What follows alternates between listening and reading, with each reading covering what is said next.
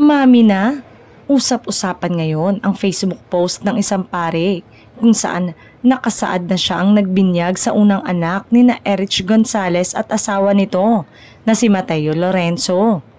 Taong 2023 pa pinost ng pare ang kanyang Facebook page ang nasabing litrato.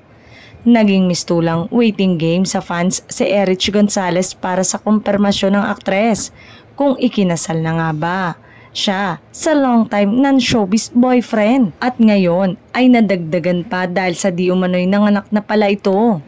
Naipost na ng kamag-anak ng groom na si Andres De Leon Lorenzo sa kanyang Instagram story ang larawan noon ng kasal ng 31-year-old actress kay Mateo Lorenzo, bagamat walang caption at kaagading binura.